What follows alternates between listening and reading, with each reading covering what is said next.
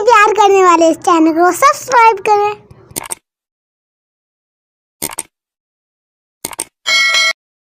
قال اللہ تبارک و تعالی فی القرآن الکریم بسم اللہ الرحمن الرحیم کاف ہا یا عین صاد صلوات بر محمد وعلی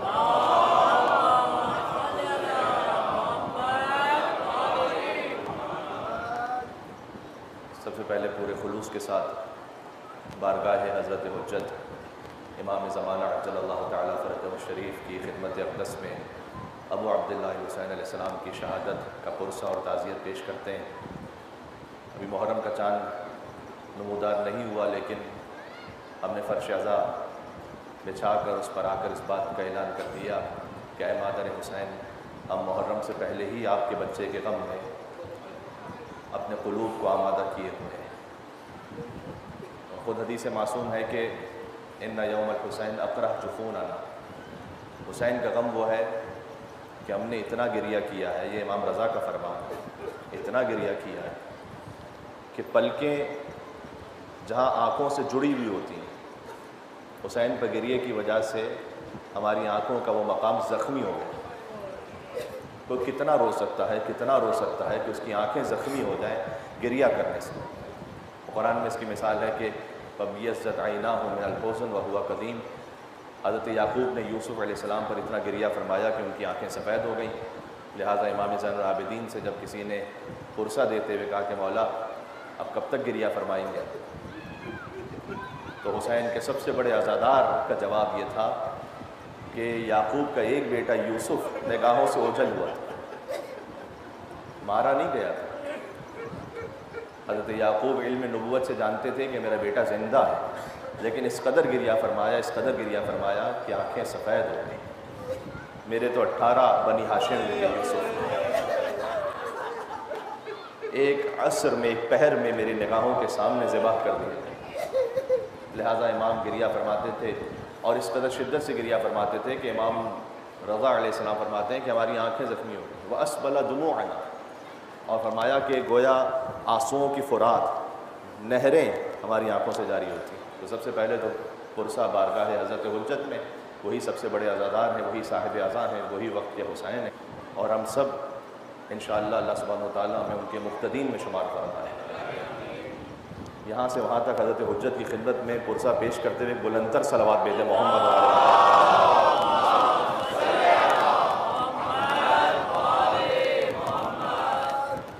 خود یہ مجلسیں اس بات کا اعلان ہے کہ سادہ الفاظ میں کہوں تو یزید تھا، حسین ہے۔ یعنی یہی کرشمہ ہے سچ کا واصف، یہی کرامت ہے کربلا کی۔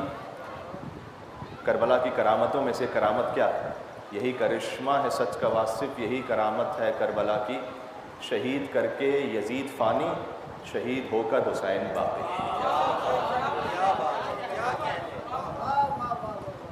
تو یہ آج ہماری نگاہوں کے سامنے ہے، اس کے لیے کسی برہان کی ضرورت نہیں ہے، اس کے لیے کسی دلیل لانے کی ضرورت نہیں ہے۔ اور وہ شخص جو پاک فطرت رکھتا ہے وہ اپنی نگاہوں سے دیکھ رہا ہے۔ اس خاطر ہے کہ جب دنیا بھر میں امام حسین علیہ السلام کا فرش عزا ہے تو ہر ایک ذاکر خطیب اپنے طور پر کوشش کرتا ہے کہ کچھ ایسا بیان ہو کہ لوگوں کے دل پھر سے مزید متصل ہوں، جوڑیں ابا عبداللہ حسین علیہ السلام سے۔ تو ہم نے کوشش یہ کی ہے کہ ان سلسلہ مجالس میں ائمہ علیہ السلام کے علم اور اخلاق پر گفتگو کی جائے، اور اس کو کل سے انشاءاللہ تفصیل سے شروع کریں گے۔ آج ایک ایسے مقام سے بات شروع ہو رہی ہے کہ جہاں آپ کے لیے یہ مقام غریب نہیں ہے، بلکہ یہ آیت جو میں نے آپ کی خدمت میں تلاوت کی ہے، کاف ہا یا عین صاد، یہ ایک مستقل آیت ہے۔ یعنی آپ سورہ مریم میں جا کے ملاحظہ فرمائیے، سورہ نمبر 19 ہے، کاف ہا یا عین صاد پر آیت ختم ہو جاتی ہے۔ کاف ہا یا عین صاد 5 حرف ہیں جنہیں حروف مقطعات کہا جاتا ہے، قرآن کے حروف مقطعات۔ اور حروف مقطعات انہیں اس لیے کہا جاتا ہے کہ انہیں قطعہ قطعہ کر کے آپ پڑھتے ہیں، ٹکڑے ٹکڑے کر کے۔ مثلا الف لام میم کو آپ علم نہیں پڑھتے، الف لام میم، اس لیے انہیں حروف مقطعات کہا جاتا ہے۔ اور قرآن میں تقریباً 29 سوریں ہیں جو حروف مقطعات سے شروع ہوتے ہیں، اور ان 29 میں بہت توجہ کیجیے گا، مجھے ائمہ علیہ السلام کے علم پہ بھی گفتگو کرنی ہے، ان کے اخلاق پہ گفتگو کرنی ہے، جس حد تک اس فقیر کی انشاءاللہ توفیق نصیب ہو سکے اور میری استطاعت میں ہو سکا۔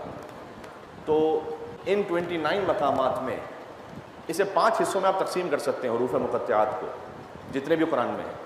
کچھ ہیں کہ جو 1 حرفی ہیں، کچھ ہیں کہ 2 حرفی ہیں، کچھ ہیں جو 3 حرفی ہیں، کچھ ہیں جو 4 حرفی ہیں، کچھ ہیں جو 5 حرفی ہیں۔ مثلا جو 1 حرفی ہیں، نون 1 حرفی ہے، صاد، قاف، یہ حروف مقطعات میں سے 1 حرفی ہے۔ کچھ ہیں کہ جو 2 حرفی ہیں، سب کو یاد ہے، یاسین، طٰہٰ۔ کچھ ہیں کہ جو 3 حرفی ہیں، الف لام میم۔ کچھ ہیں کہ جو 4 حرفی ہیں، الف لام میم را یا الف لام میم صاد۔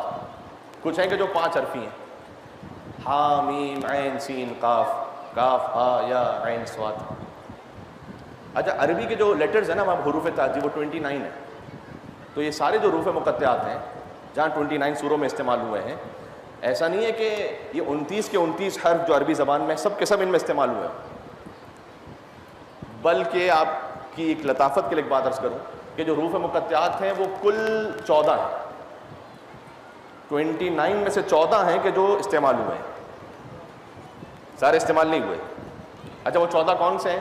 صاد ہے، را ہے، الف ہے، طا ہے، عین ہے، لام ہے، یا ہے، ہا ہے، قاف ہے، نون ہے، میم ہے، سین ہے، کاف ہے اور چھوٹی ہا۔ ایک دفعہ پھر سے کہتا ہوں، مجھے ایک مطلب ہے، اس سے کام لینا ہے۔ صاد ہے، را ہے، الف ہے، طا ہے، عین ہے، لام ہے، یا ہے، ہا ہے، قاف ہے، نون ہے، میم، سین، کاف، چھوٹی ہا۔ سارے حروف استعمال نہیں ہوئے۔ مثلا سین استعمال ہوا لیکن شین استعمال نہیں ہوا، صاد استعمال ہوا ہے لیکن ضاد استعمال نہیں ہوا، عین استعمال ہوا ہے لیکن غین استعمال نہیں ہوا۔ تو جو حروف استعمال ہوئے ہیں وہ صاد، را، الف، تا، عین، لام، یا، ہا، قاف، نون، میم، سین، کاف ہے۔ اور ان سب کو ملا کر اگر آپ کوئی جملہ بنانا چاہیں تو ایک لطیف استخراج یہ بنتا ہے کہ صراط علی حق نمسکہ، علی کا راستہ حق ہے اور ہم وہ ہیں جو اس راستے کی پیروی کرنے والے ہیں۔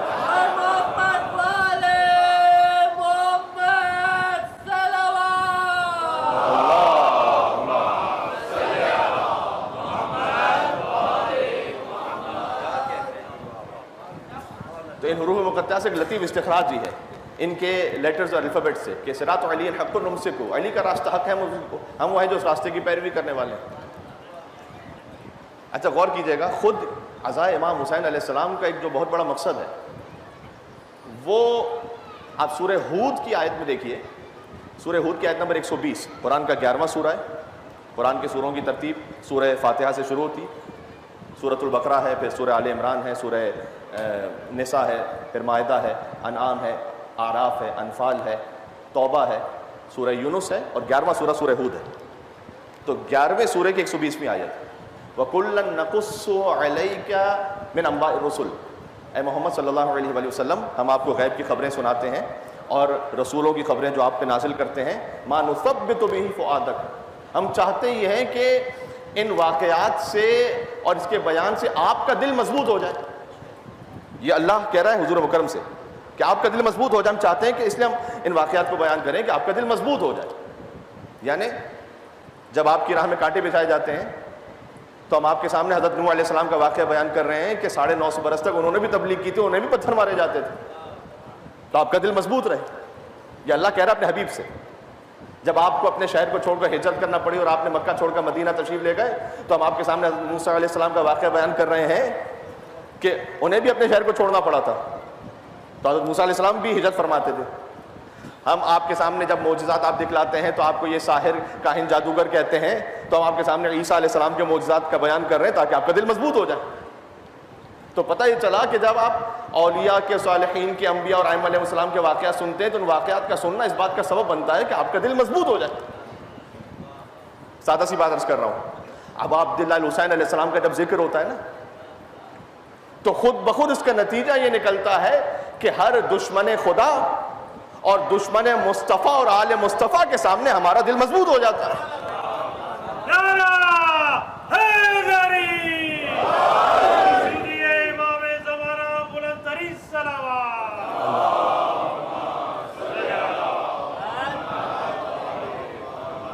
اب عبداللہ الحسین علیہ السلام کا ذکر ہمارے قلب کو وہ طاقت عطا کرتا ہے کہ ہر دشمن توحید اور دشمن رسالت اور دشمن ولایت کے سامنے ہمارا قلب مضبوط ہو جائے، اور آپ اس کو خود اپنے وجود میں احساس کرتے ہیں. میں نے عرض کیا کہ اس کے لیے بھی کسی دلیل کی ضرورت نہیں ہے، خود بخود آپ مصائب امام حسین علیہ السلام کو سنتے ہیں تو دنیا کے غموں سے آزاد ہو جاتا ہے انسان، اس کا قلب مطمئن ہو جاتا ہے کہ میں راہ حق پر ہوں. بلکہ ایک جملہ عرض کر رہا ہوں اگر آپ تک میری بات پہنچ رہی ہے کہ امام حسین علیہ السلام کا ذکر ہمیں یہ قوت فراہم کرتا ہے کہ ہم اس یقین پر پہنچ جائیں کہ بعد از وفات رسول جو ہم نے غدیر کا راستہ اختیار کیا تھا وہی راہ حق تھی. اس لیے کہ حسین من کنت مولا فہذا علی مولا کے اعلان کا تسلسل ہے. حسین شجرہ طیبہ کا پاکیزہ ترین محصول ہے، اور یزید شجرہ خبیثہ کا خبیث ترین ناصور ہے. تو ہمارا دل ولایت سے جڑ جاتا ہے، اور ہم آدھا اہل بیت سے اپنے دل میں ایک برات کو محسوس کرتے ہیں. خود بخود یہ فطری بات ہے. یہ امام حسین علیہ السلام نے وہ تقسیم کر دی ہے کربلا کے بعد. آج بھی تمام مسلمان ہر واقعاً اپنے آپ کو جو مسلمان کہنے والا ہے وہ امام حسین کو علیہ السلام کہتا ہے اور یزید کو لعنت اللہ علیہ کہتا ہے. یزید سے پہلے تک معاملہ ابھی تک ڈاؤٹ فل ہے. تو اگر فرض کیجئے کہ کربلا کا واقعہ نہ ہوتا تو تاریخ میں اسی طریقے سے ابہام ہمیشہ کے لیے باقی رہ جاتا. یہ تو حسین نے بالکل آ کر بات کو کلیئر کر دیا کہ غدیر کی لائن کون سی ہے اور غزوہ خلافت کی لائن کون سی ہے. یہ تو اب عبداللہ حسین علیہ السلام نے. پھر سے دو میں سے عرض کرتا ہوں ذرا غور فرمائیے گا کہ تقسیم خیر و شر ہوئی صدقے حسین کے. ہے میرے ساتھ آپ یا نہیں؟ تقسیم خیر و شر ہوئی. پورا دین آ جائے گا خدا کی قسم اگر میں اس بات کو پہنچا سکا تو. پوری ولایت پوری برات. تقسیم خیر و شر ہوئی صدقے حسین کے، سارے برے یزید کے اچھے حسین کے.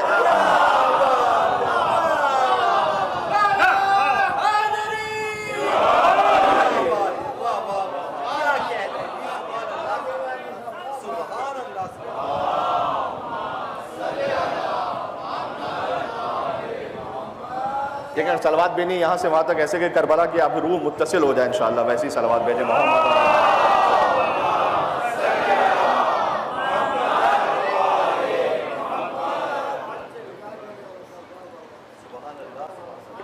اسی تسلسل میں ایک اور بات دو میں سے سن لیجئے گا.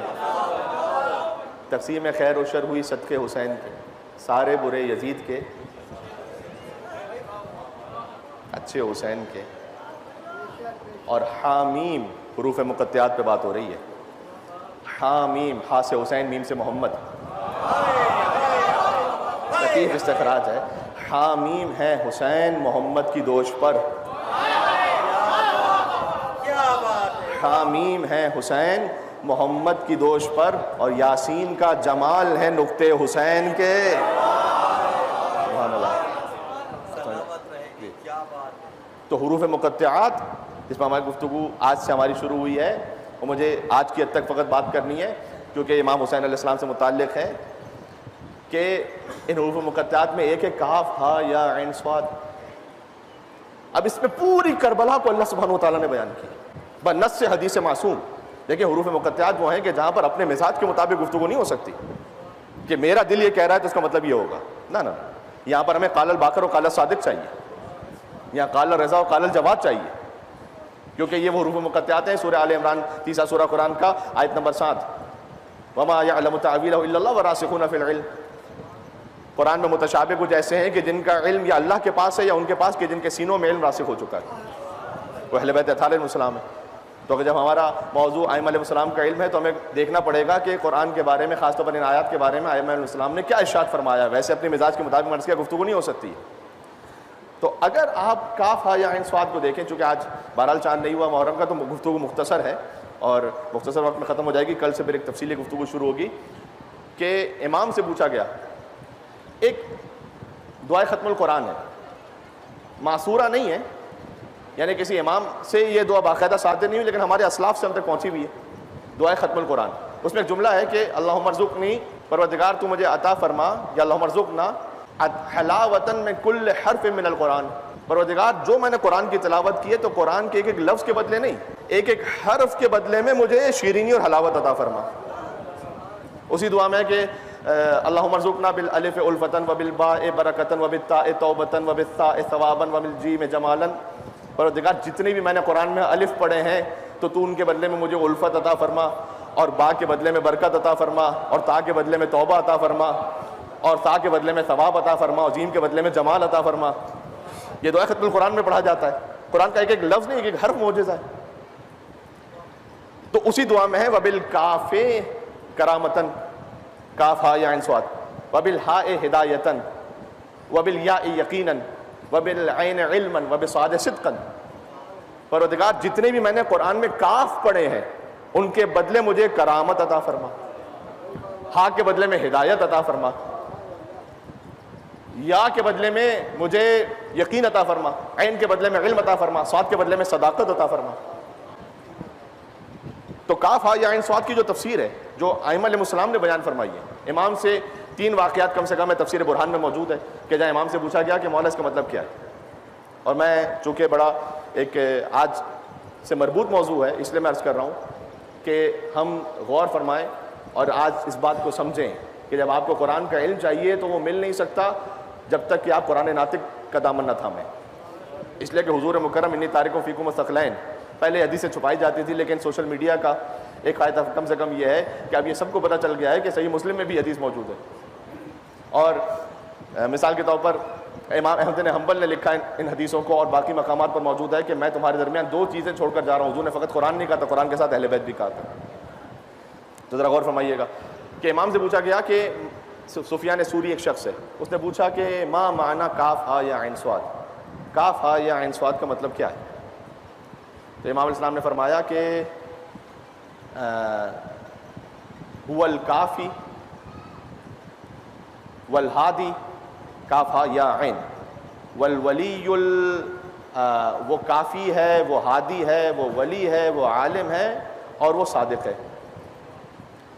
پھر اس کے بعد ایک اور شخص محمد ابن عمارہ، اس نے پوچھا کہ میں نے اپنے بابا سے یہ سنا کہ وہ ایک محفل میں موجود تھے کہ صادق آل محمد سے پوچھا گیا کہ کاف ہا یا عین صاد کا مطلب کیا ہے، تو امام نے اس کی اور مزید تفصیل بیان کی اس جواب میں کہ امام نے فرمایا کہ الکاف و کاف لشیعتنا، کاف ہا یا عین صاد کا یہاں پر مطلب یہ ہے کہ وہ کافی ہے ان شیعوں کے لیے جو ہم سے محبت کرتے ہیں، اللہ کافی ہے۔ اب جنہیں صادق آل محمد کی بات پر یقین ہے میں ان سے بات کر رہا ہوں، تفسیر برہان میں روایت ہے۔ خالی اسٹیکر لگا لینے سے فرق نہیں پڑتا کہ اللہ میرے لیے کافی ہے، دیکھو کہ آل محمد کی محبت ہے دل میں یا نہیں ہے۔ ایک مل کے صلوات بھیجیں، نام حیدر کرار علی بن ابی طالب علیہ السلام۔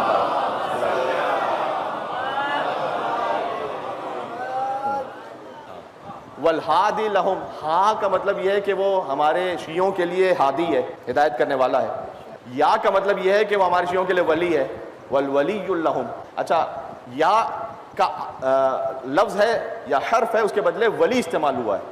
اچھا، ولی کا مطلب یعنی ولی کا آخری جو حرف ہے یا، وہ یہاں کاف ہا یا عین صاد میں استعمال ہوا، واو استعمال نہیں ہوا، ولی کا پہلا حرف استعمال نہیں ہوا۔ اس کی مصلحت تو اللہ تعالیٰ جانتا ہے، لیکن شاید اس کی وجہ یہ ہو کہ اللہ تعالیٰ اس کاف ہا یا عین صاد میں فاصلہ نہیں ڈالنا چاہتا تھا، اس لیے اگر واو آ جاتا تو پھر لفظ میں فاصلہ ہو جاتا، متصل نہ ہو پاتا، لہٰذا کاف ہا یا عین۔ اور عین کا مطلب امام نے فرمایا کہ وہ عالم باہل طاعتنا، خدا خوب جانتا ہے کہ ہماری اطاعت کرنے والا کون ہے، ہم اہل بیت کے۔ اور صاد کا مطلب یہ ہے کہ وہ صادق، وہ سچا ہے اپنے اس وعدے میں کہ الاخر فی بطن القرآن، اس نے وہ وعدہ کہ جو قرآن کے باطن میں ہمارے شیعوں سے کیا ہوا ہے اس میں وہ سچا ہے۔ یہ ہے کاف ہا یا عین صاد کا مطلب، یہ ایک تفسیر ہے۔ ایک تفسیر اور ہے جس کا تعلق بالکل محرم الحرام سے، اور وہ ہے سعد بن عبداللہ قمی کی۔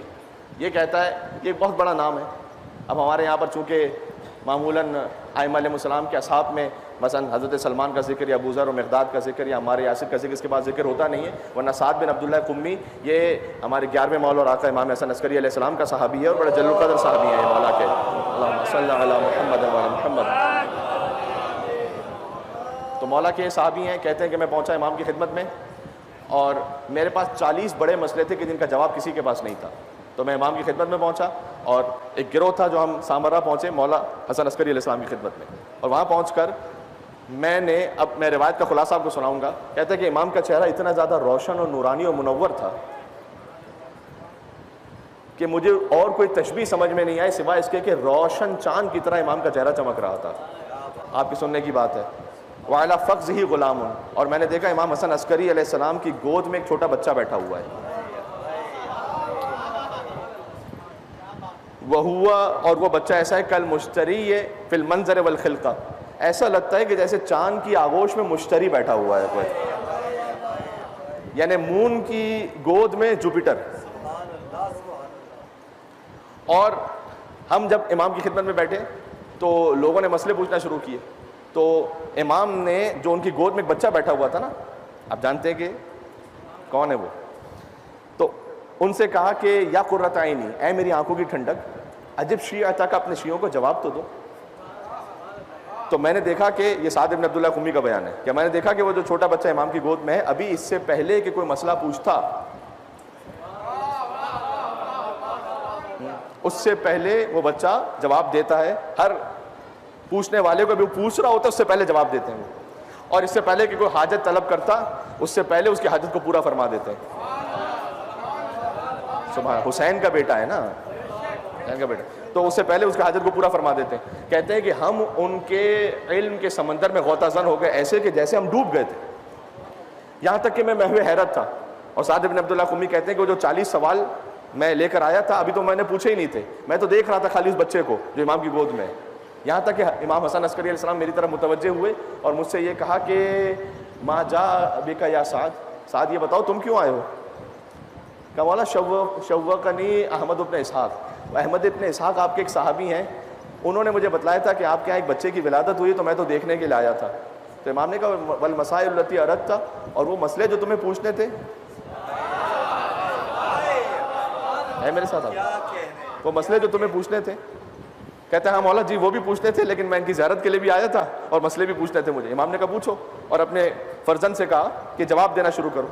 تو کہتے ہیں کہ میں نے مسئلے پوچھتے یہاں پر آ کے پوچھا کہ ما تعویل و کاف ہا یا عین صاد، کہ مولا یہ تو بتلائیے گا کہ کاف ہا یا عین صاد کی تعویل یعنی باطن کیا ہے؟ میں نے عرض کیا کہ اس کا باطن کاف ہا یا عین صاد یا کسی بھی حروف مقطعات کا نہ کوئی ظاہر سمجھ سکتا ہے نہ کوئی باطن سمجھ سکتا ہے۔ ایک بات یہاں روک کے عرض کر دوں، یہ اللہ تعالیٰ نے پھر نازل کیوں کیا ہے جب ہمیں سمجھ میں نہیں آ رہا؟ ایک تو قبلہ مرحوم علامہ تعالی جوہری صاحب علی اللہ مقامہ ہو، اس ممبر سے بھی انہوں نے بڑی خدمت کی ہے، تو بہت اچھا ہے کہ پہلی مجلس میں مجھے اچانک ان کا نام آ گیا ذہن میں، کیونکہ ان کا ایک فقرہ میرے ذہن میں آیا، تو میں ان کی روح کو ہدیہ کرتے ہوئے جملہ کہہ رہا ہوں کہ انہوں نے کہا تھا کہ اللہ نے قرآن نازل اس طرح سے کیا ہے کہ تمہیں آل محمد کے بغیر کافی نہ ہونے پائے۔ اللہ نے نازل قرآن اس طرح سے کیا ہے کہ تم مجبور ہو در آل محمد پہ جانے کے لیے، کہ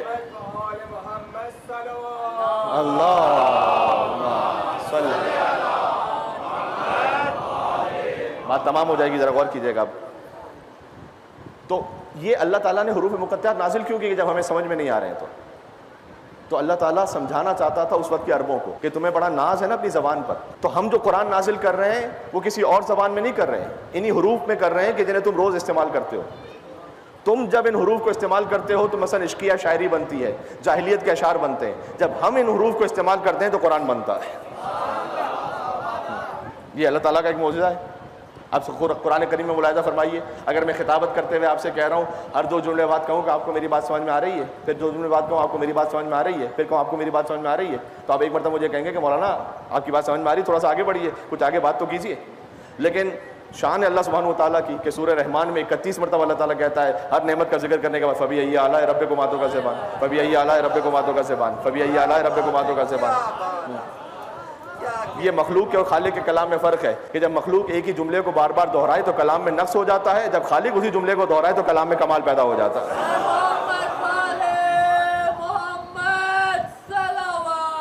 اللہم صلی میں ایمن علیہ السلام کے علم پہ بات کروں گا تو آپ کی توجہ رہے کہ امام سے کہتے ہیں میں نے پوچھا ایک چھوٹے بچے سے، اب چھوٹے بچے سے بات ہو رہی ہے، یہ میں آپ کی خدمت میں عرض کروں گا انشاءاللہ کہ خود مولا ہی نے فرمایا ہے کہ ہم اہل بیت میں علم میں، شجاعت میں، سخاوت میں کوئی فرق نہیں ہے۔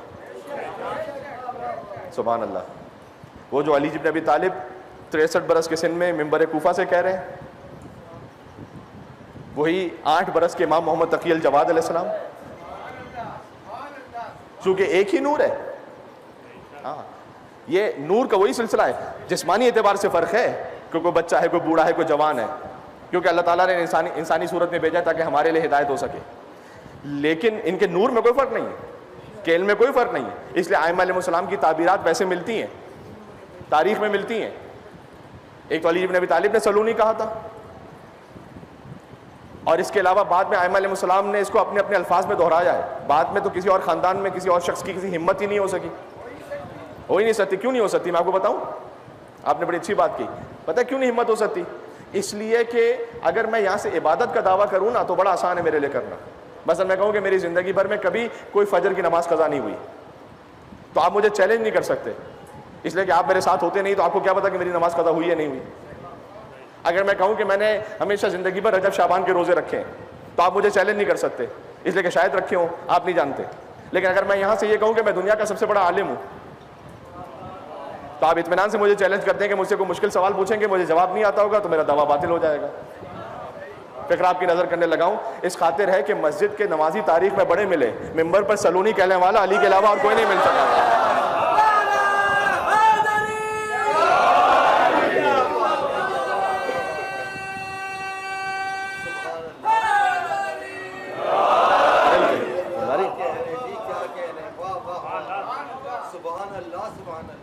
تو کاف ہا یا ان سواد کا مطلب کیا ہے مولا؟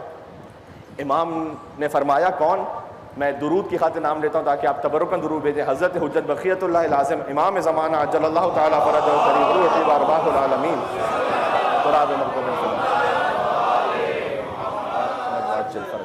تو حضرت حجت سے کہتے ہیں کہ میں نے پوچھا کہ کاف ہا یا ان سواد کا مطلب کیا ہے؟ امام نے، اس چھوٹے بچے نے جواب دیا کہ جو امام حسن عسکری کی گود میں تھے، فرمایا کہ یہ حضرت زکریہ کا واقعہ ہے کہ جو اللہ نے میرے جد کو کاف ہا یا عین صاد کی صورت میں بیان کیا ہے. اور حضرت زکریہ کا واقعہ یہ ہے کہ حضرت زکریہ بار بار اللہ سے دعا کرتے تھے کہ پروردگار وہ 5 نور جو عرش پر ہیں ان کے نام تو بتلا مجھے. 5 نور جو عرش پر ہیں نام تو بتلا. میں ہاتھوں کو جوڑ کے کروں گا کہ یہ نام تو بچے بچے کو معلوم ہے. تو حضرت زکریہ کیوں پوچھتے ہیں اللہ سے پروردگار مجھے جو 5 نور ہیں عرش پر ان کے نام تو بتلا؟ شاید حضرت زکریہ کا جواب یہ ہو کہ فقط میں نام نہیں جاننا چاہتا، ان ناموں کی حقیقت جاننا چاہتا ہوں. کیا ہے یہ؟ تو اللہ سبحانہ وتعالیٰ نے کہا کہ یہ جو عرش پہ 5 نور ہیں، میں محمود ہوں، یہ محمد ہے. میں اعلیٰ ہوں، یہ علی ہے. میں فاطر السماوات والارض ہوں، یہ فاطمہ ہے سلام اللہ علیہا. میں محسن ہوں، یہ حسن ہے. میں قدیم الاحسان ہوں، یہ حسین ہے. حضرت زکریہ کہتے ہیں کہ پروردگار جب میں ان 4 ناموں کو سنتا ہوں، ان کشف کربہ وانجلا غمہ، پروردگار جب میں ان 4 ناموں کو یعنی محمد، علی، فاطمہ، حسن علیہم السلام، ان ناموں کو میں سنتا ہوں تو میرا کرب دور ہو جاتا ہے. وانجلا یہاں وہ لفظ ہے. انجلا کے لفظ سے آپ میں سے کون واقف نہیں؟ میرے ساتھ پڑھیے گا. ینجلی سینجلی ناد علی مظہر العجائب تجد عون لک فی النوائب کل ہم و غم بے ولایتک یا علی یا علی.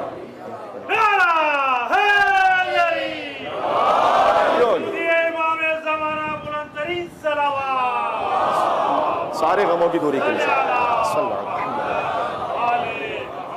تو یہ لفظ اس کا پاسٹ ٹینس حضرت زکریا نے استعمال کیا تھا. انجلا پروردگار میرے غم دور ہو جاتے ہیں جب میں ان 4 ناموں کو سنتا ہوں. لیکن کیا وجہ ہے کہ جب میں حسین کا نام لیتا ہوں تو میرا سینہ غموں سے پر ہو جاتا ہے. اللہ تعالیٰ نے وہی نازل کی کہ اے زکریا یہ آخری نبی کا نواسہ ہے کہ جسے 2 نہروں کے درمیان پیاسا مارا جائے گا. اللہ سبحانہ و تعالیٰ نے وحی کے ذریعے سے حضرت زکریا کے سامنے حسین کے مصائب کا ذکر کیا. روایت میں جملہ ہے کہ 3 دن تک حضرت زکریا نے اپنے آپ کو بند کر لیا تھا مسجد میں اور لوگوں سے کہا کہ میں کسی سے ملاقات نہیں کروں گا. بلکہ روایت کا لفظ ہے بکا کا فقط نہیں، النحیب کا لفظ ہے. زکریا دھاڑے مار مار کر روتے تھے، چیخ چیخ کر روتے تھے اور کہتے تھے کہ پروردگار کیا واقعاً تیری مشیت میں یہ ہے کہ تو علی و فاطمہ کو غم کا لباس پہنا دے گا؟ پروردگار جب 3 دن تک حضرت زکریا روتے رہے تو اللہ سبحانہ وتعالیٰ کی وحی آئی کہ اے زکریا کب تک گریا کرو گے؟ تم نہ کسی سے ملتے ہو نہ بات کرتے ہو، 3 دن تک اپنے آپ کو تم نے مسجد میں بند کر لیا ہے، کب تک گریا کرو گے؟ کہ پروردگار ایک صورت میں بس میرے دل کو تھوڑا قرار آ سکتا ہے کہ جیسے تو نے مصطفیٰ کو حسین عطا کیا ہے تو مجھے بھی ایک بیٹا عطا کر. میرے دل میں اس بیٹے کے لیے ویسی ہی محبت پیدا کر بلا تشبیہ گویا کہ جیسے مصطفیٰ حسین سے محبت کرتے ہیں، اور تو میرے بیٹے یحییٰ کو، جب اللہ تعالیٰ نے بیٹا عطا کیا، نام بھی اللہ نے رکھا، قرآن میں ذکر موجود ہے کہ تو میرے بیٹے کو ان مصائب سے گزار، تو میرے دل میں اس غم کو محسوس کروں جو مصطفیٰ محسوس کریں گے۔ بس اللہ تعالیٰ نے بیٹا عطا کیا، یحییٰ نام رکھا خود اللہ نے، اور پھر حضرت یحییٰ کی جو شہادت ہے وہ بالکل امام حسین علیہ السلام کی شہادت سے بالکل ملتی جلتی متصل ہے، حتیٰ یہ کہ 10 شباہتیں لکھی ہیں علماء نے کہ یحییٰ علیہ السلام ان مصائب سے گزرے، یحییٰ کا سر بھی تن سے جدا کیا گیا، یحییٰ کا سر بھی دربار میں پیش کیا گیا۔ تاریخ میں جا کے دیکھیے گا کہ حضرت یحییٰ، یعنی میں جملہ کیا عرض کروں، ایک زن فاسقہ، اس کے کہنے پر حضرت یحییٰ علیہ السلام کا سر تن سے جدا کر کے اس کے سامنے بطور خدمت پیش کیا گیا۔ کیا کچھ نہ مصائب ہوئے حضرت یحییٰ پر، آسمان خون کے آنسو روتا رہا حضرت یحییٰ علیہ السلام پر۔ یہ 10 شباہتیں علماء نے لکھی ہیں، میں ہاتھوں کو جوڑ کے عرض کروں گا۔ دیکھو ابھی محرم کا چاند نہیں ہوا لیکن دل یا حسین کہہ رہا ہے نا۔ ایک جملہ کافی ہوگا میرے خیال میں کہ حضرت یحییٰ بھی شہید، حسین بھی شہید، حضرت یحییٰ کا سر تن سے جدا ہوا، حسین کا سر بھی تن سے جدا ہوا، ان کا سر بھی دربار میں آیا، حسین کا سر بھی دربار میں آیا، حضرت یحییٰ پر بھی آسمان خون کے آنسو رویا، حسین پر بھی آسمان خون کے آنسو رویا۔ لیکن ایک فرق بھی ضرور ہے، کہیں نہیں لکھا ہوا کہ یحییٰ کی شہادت کے بعد ان کی بچی کو تماچے مارے گا۔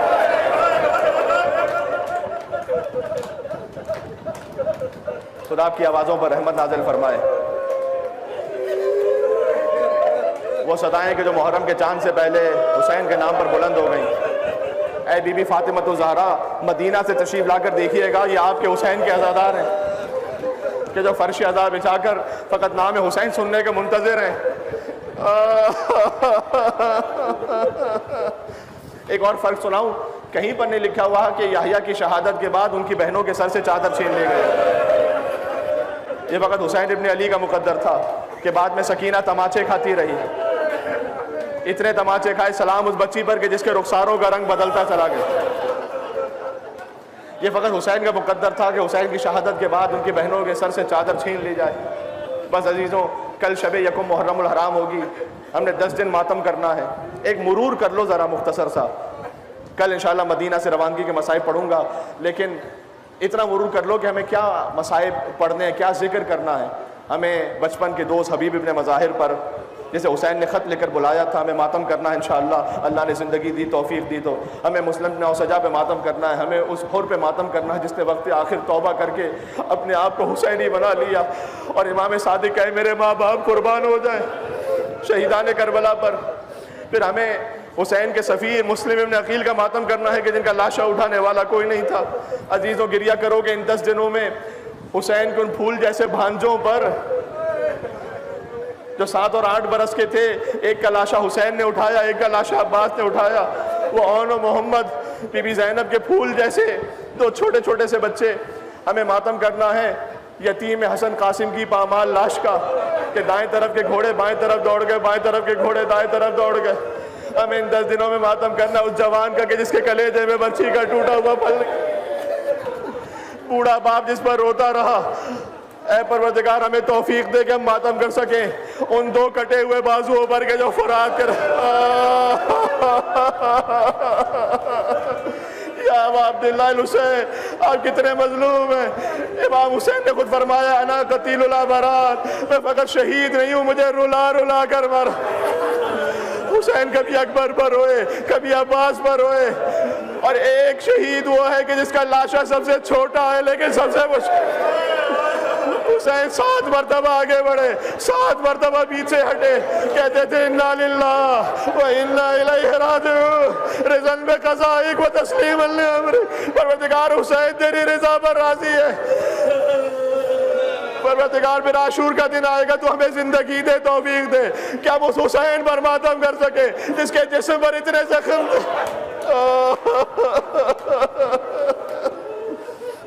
ایک جملہ سن لو، کسی نے سب سے بڑے میرے مولا کے عزادار امام زین العابدین سے پوچھا، میں نے علماء سے روایت سنی ہے کہ آپ کے بابا کے جسم پر کتنے زخم تھے؟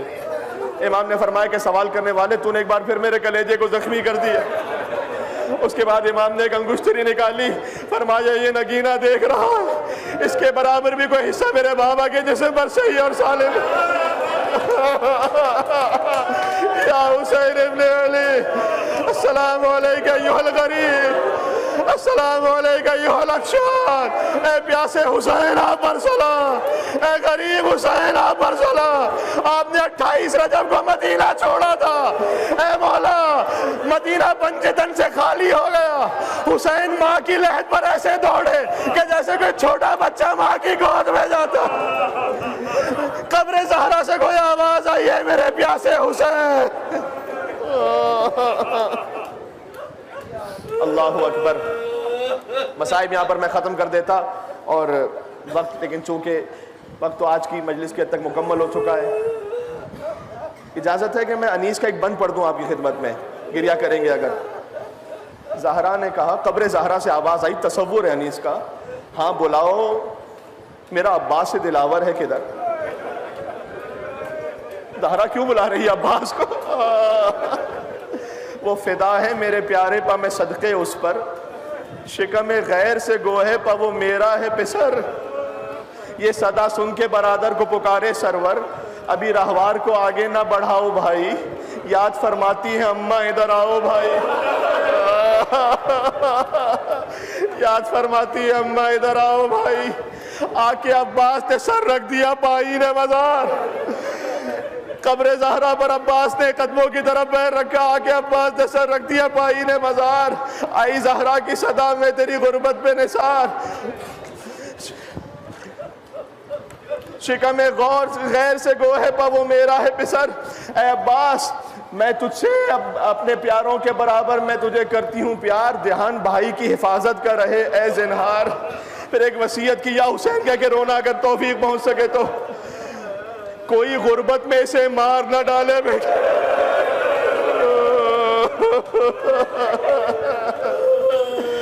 آخری جملہ اور یا حسین تمہارے حوالے، کوئی غربت میں اسے مار نہ ڈالے بیٹا، میرا شبیر ہے اب